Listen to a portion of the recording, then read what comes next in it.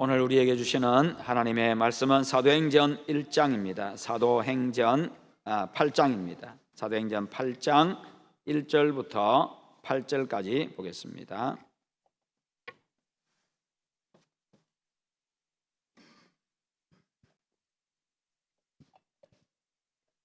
사도행전 8장 1절에서 8절입니다.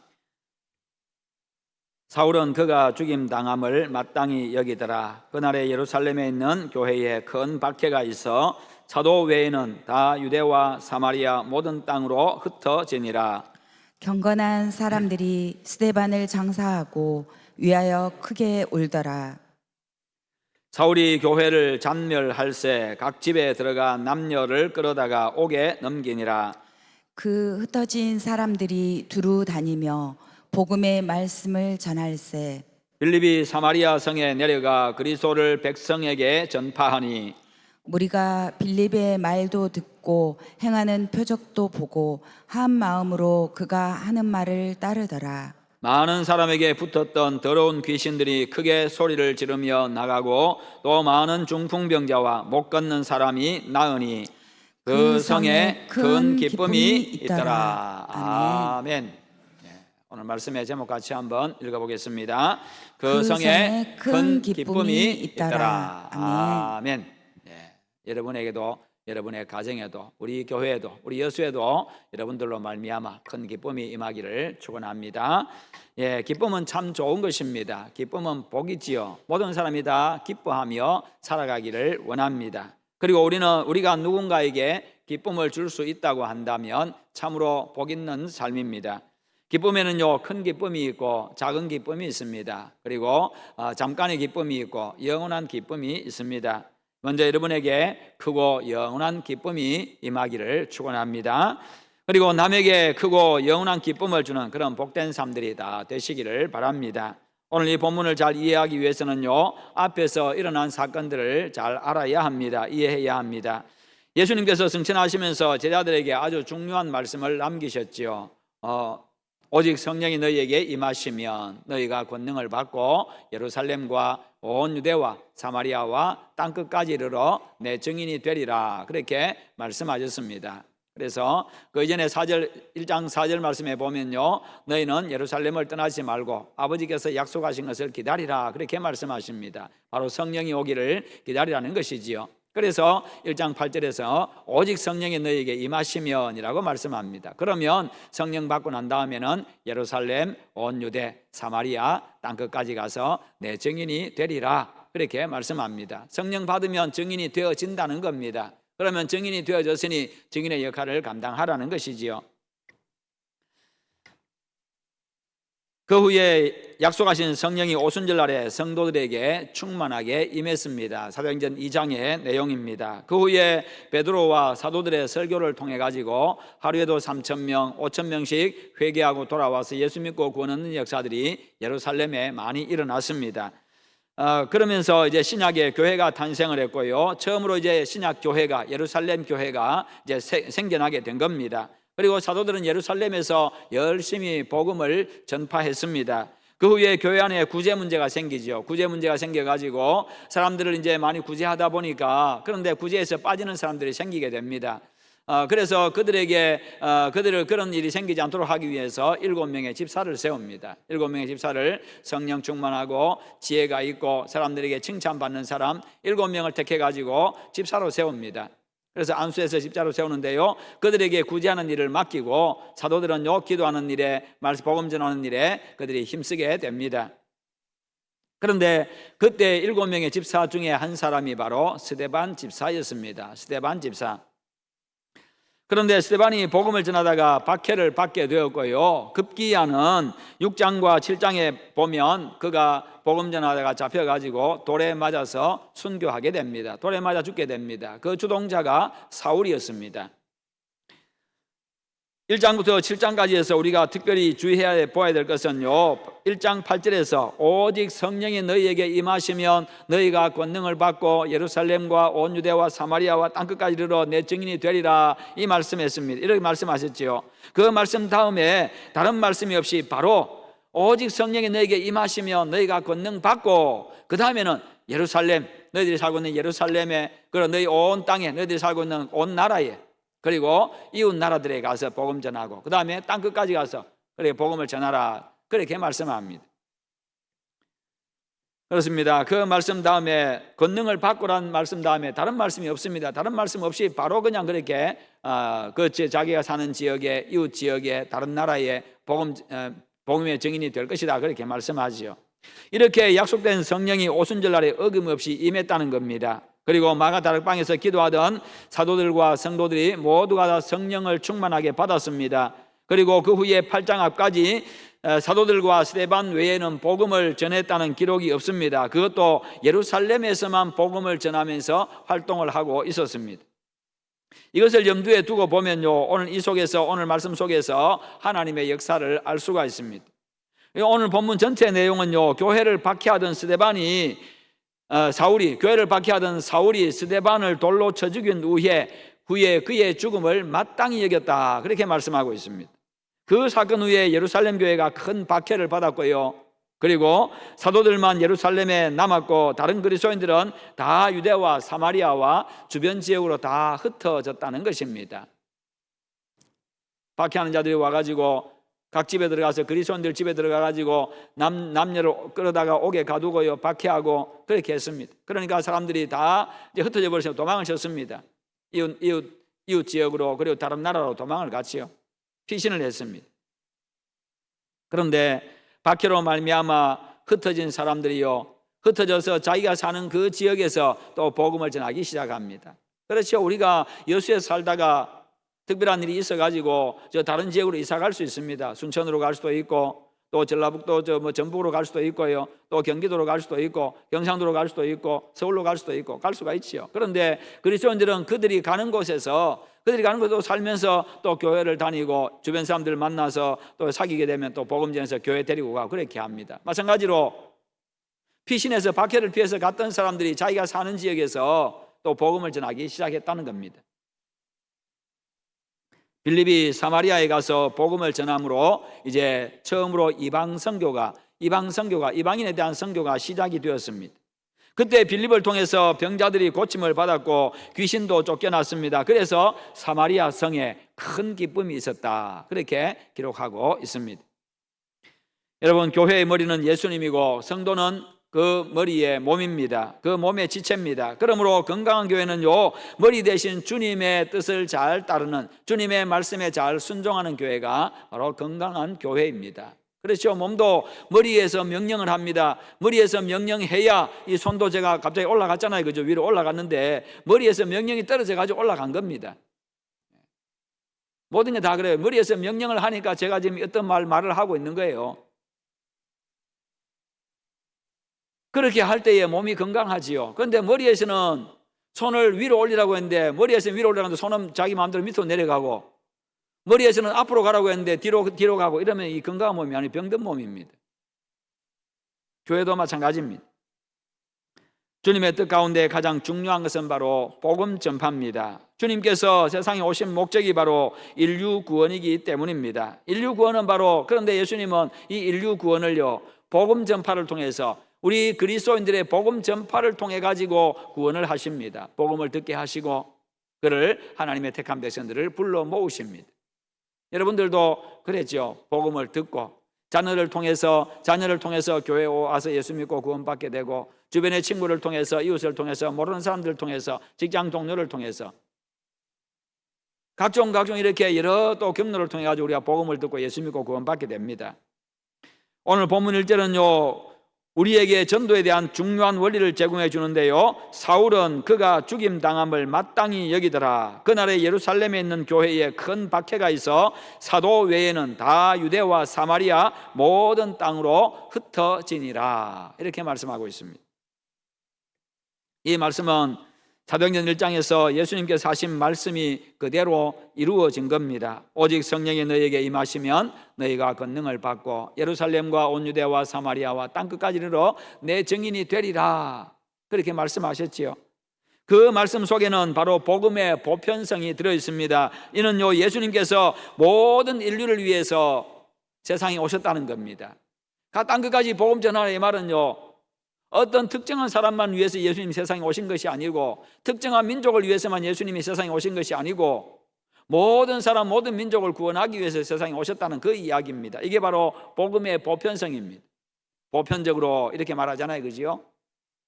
예수님 없이 구원받을 수 있는 사람이 없다는 이야기입니다. 복음은 모든 사람에게 똑같이 적용된다는 그런 의미입니다. 이게 바로 복음의 보편성입니다. 어떤 사람은 예수 믿으면 구원받고, 어떤 사람은 예수 믿는데도 구원 못 받고, 그런 게 없다는 거예요.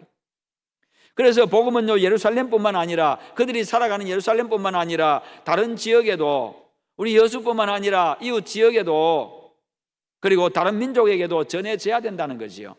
이게 바로 또한 복음의 확장성입니다. 복음을 확장시키라는 거예요. 자꾸 널리 전파하라는 겁니다. 그래서 우리가 선교사로 가기도 하고, 선교사를 파송하기도 하고, 그렇게 하는 거지요. 그런데 예루살렘 교회는요, 오순절에 임한 성령의 권능은 받았는데, 하나님이 약속하신 성령이 임하셨고, 성령을 받았습니다. 성령 충만을 받았습니다. 성령의 능력을 받았습니다. 그런데도 불구하고 복음을 들고 열방으로, 민족으로, 다른 나라, 다른 이웃 지역으로, 다른 나라로 가지 않았습니다. 자기들이 살고 있는 예루살렘 지역에서만 복음을 전하고 있었습니다. 그러자 교회에 박해가 가해졌습니다. 주님의 뜻은 성령의 권능을 받으면 복음을 들고 나가는 것이었는데, 그들은 예루살렘에만 머물러 있었다는 거예요.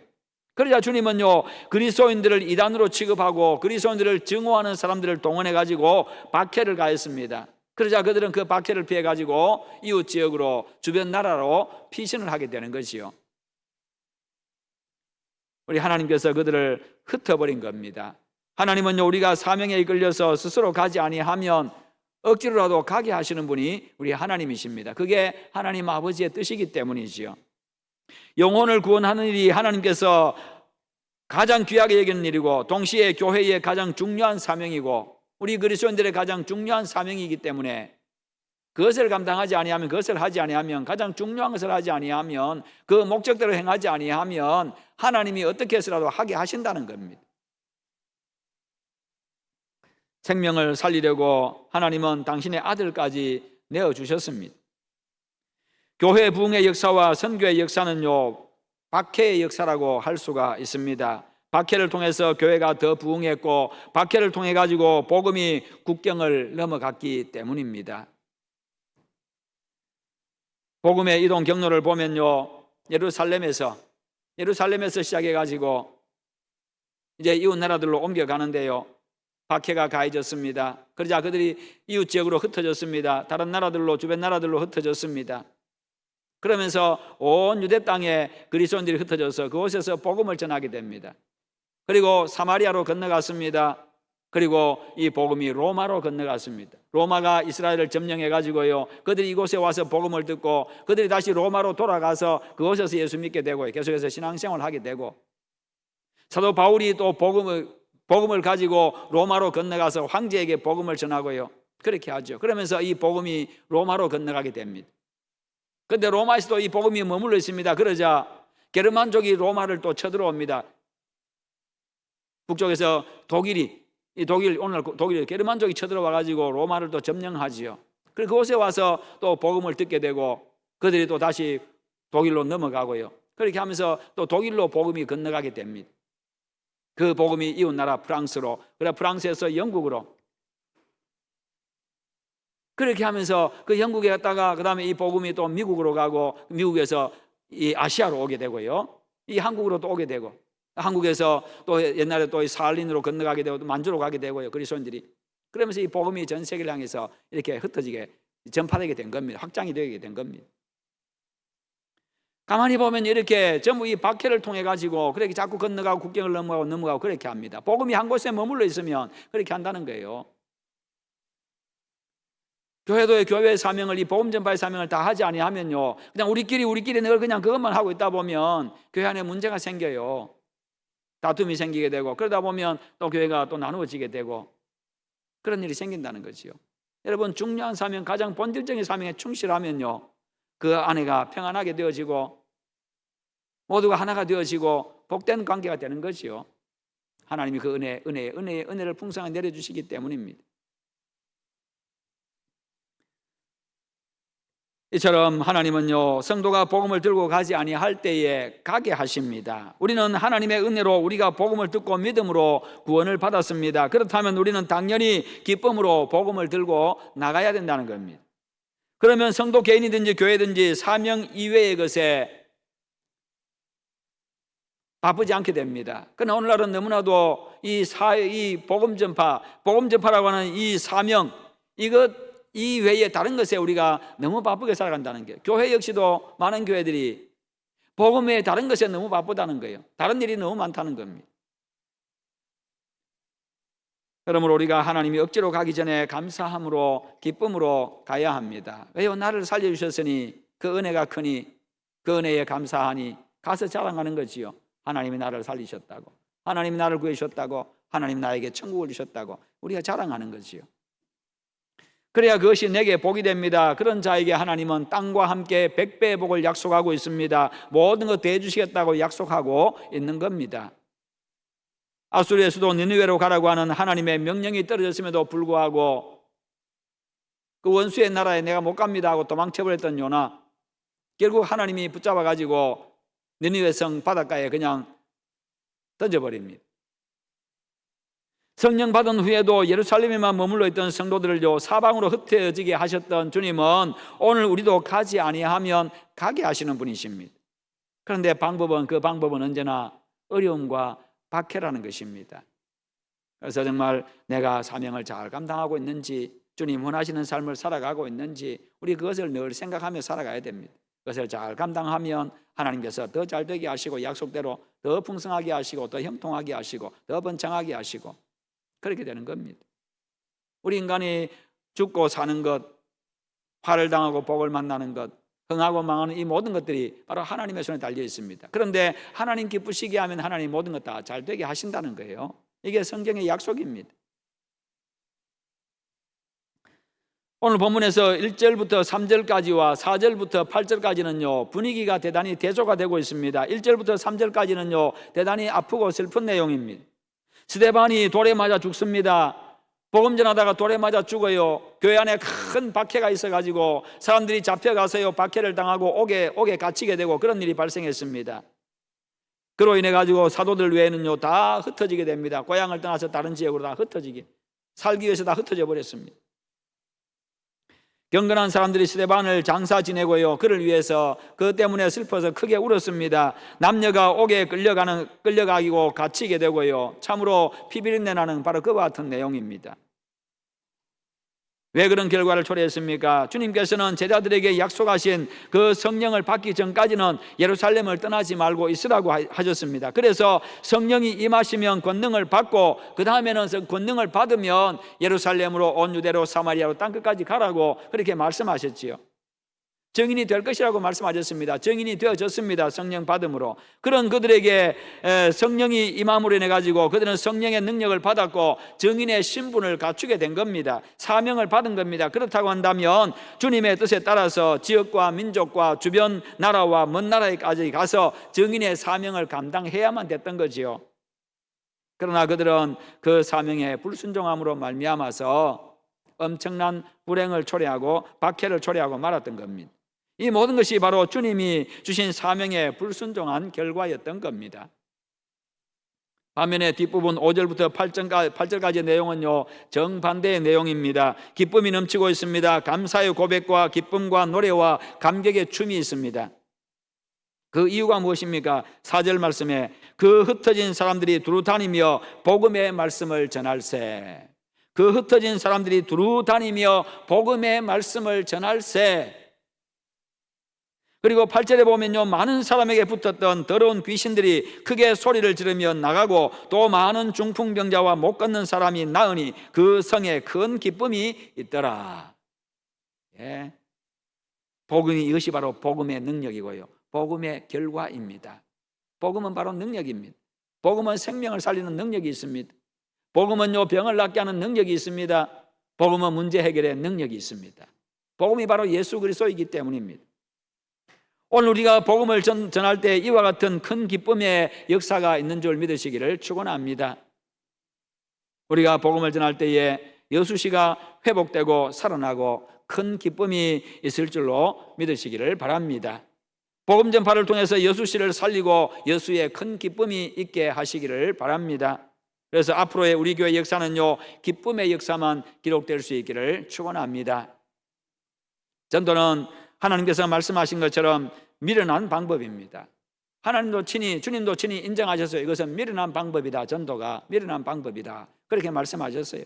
그러나 그 방법을 통해서 인생을 구원하는 것이 하나님 아버지의 뜻입니다. 방법은 미련하지만 거기에 성령께서 능력으로 역사하시기 때문에, 방법은 미련하지만 하나님이 그곳에 복음 전하는 현장에 역사하시기 때문에 놀라운 생명의 역사가 일어나는 겁니다. 방법은 미련하지만 주님이 주시는 방법이기 때문에 결과는 항상 좋은 겁니다. 교회가 가진 능력은요, 복음의 능력입니다. 복음 전파가 빠지면 죽은 교회입니다. 능력이 나타나지를 않습니다.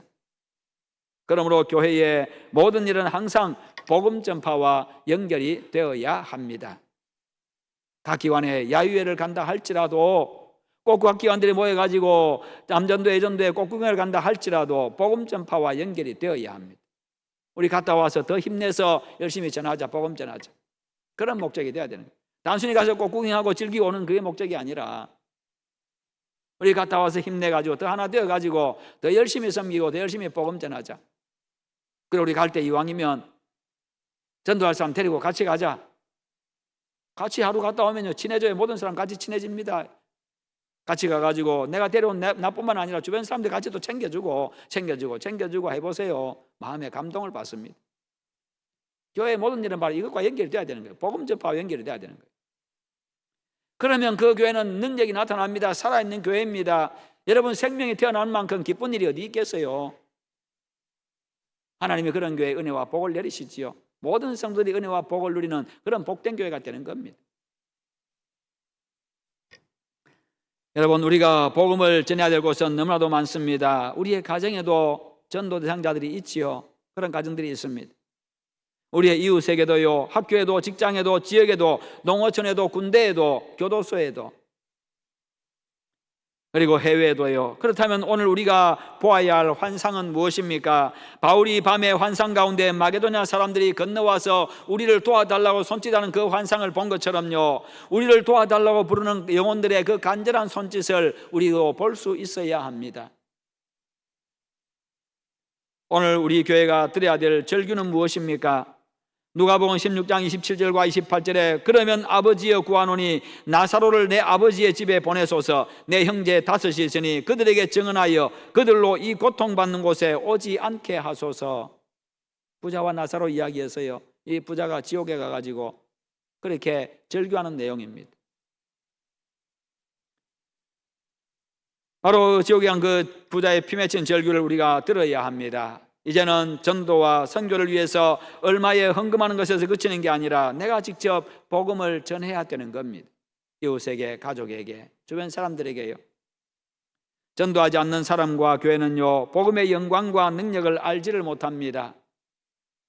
그런 성도, 그런 교회는 한 마리 잃은 양을 찾은 그 목자의 기쁨과 돌아온 아들을 맨발로 쫓아나가서 맞이하고 입 맞추고 기쁨의 눈물을 흘리는 그 감동하는 그 아버지의 기쁨을 맛보지를 못합니다.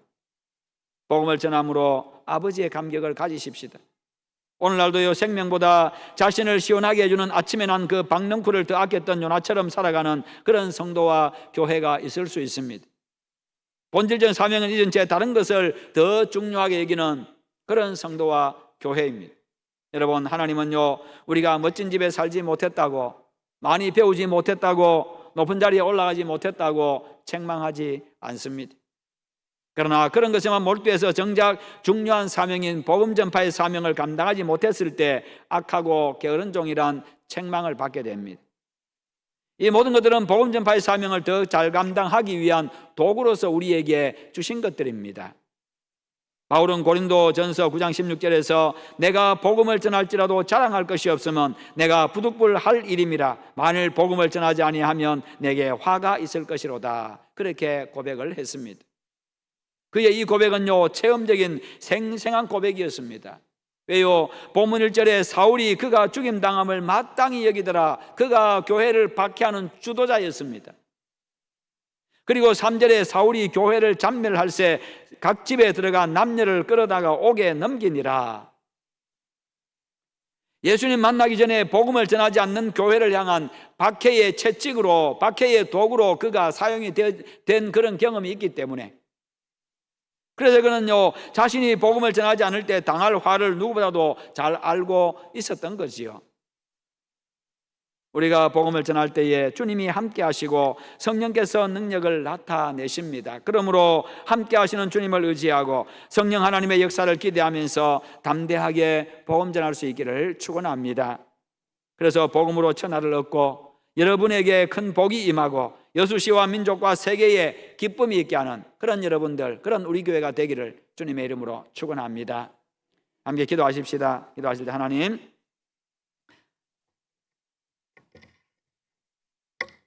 우리가 복음 전함으로 말미암아서 우리 여수시에 기쁨이 있게 하고 우리 민족에게 기쁨이 있게 하고 세계에 기쁨이 있게 하는 그런 우리 자신, 우리 교회가 되게 하시옵소서. 우리에게 주신 이 복음 전파의 사명을 잘 감당하게 하시고, 그래서 나도 기쁨을 누리고 주변 사람들이 함께 기쁨을 누리고 내가 복을 받고 다른 사람들이 복을 받게 하는 그런 삶이 되게 하시옵소서. 다 함께 기도하겠습니다.